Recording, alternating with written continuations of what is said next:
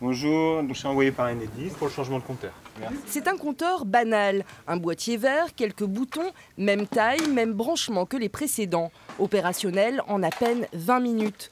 Pourtant, Linky, c'est son nom, est bien plus que ça. Un outil connecté, nouvelle génération, piloté à distance. Là, votre maison consomme actuellement 274 watts. Si vous dépassez les 6000, au bout de 15-20 secondes, il va couper. Le déploiement va vite et se fait parfois en force. Dans cette petite commune du Valenciennois, une voiture obstrue le compteur électrique de Laurence depuis le printemps dernier. À l'époque, la jeune femme refuse la pose du Linky. Les techniciens dépêchés sur place ne veulent rien entendre.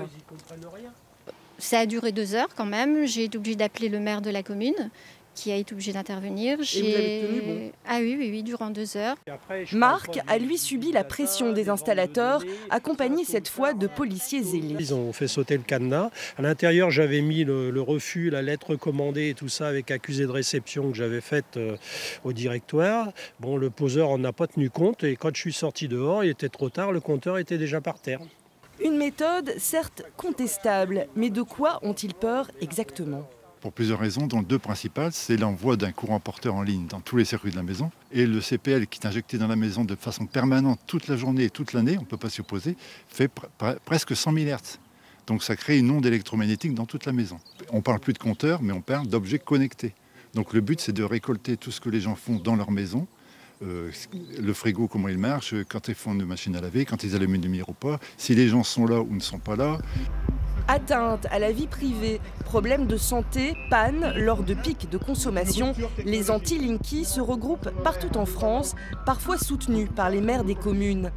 La direction d'Enedis, ex-ERDF, balaye rapidement ses inquiétudes pour se focaliser sur son argument phare. Il sert tout d'abord à adapter le réseau à une nouvelle donne du système électrique qui est l'arrivée de nouveaux usages, véhicules électriques par exemple, et également aux nouveaux moyens de production qui sont en train de se développer de façon assez rapide, que sont les productions éoliennes mais aussi les panneaux photovoltaïques. On a envoyé une équipe sur place pour mieux répartir les clients sur le camion. D'accord, donc pas besoin de renforcer le réseau. Autre intérêt, pouvoir intervenir immédiatement sur le réseau. Le client, lui aussi, peut suivre sa consommation en direct sur Internet. Mais le récent rapport de la Cour des comptes est accablant. Le compteur Linky serait trop compliqué et trop cher. 5,7 milliards d'euros, 130 par appareil, et une marge à terme de 500 millions d'euros pour la filiale d'EDF.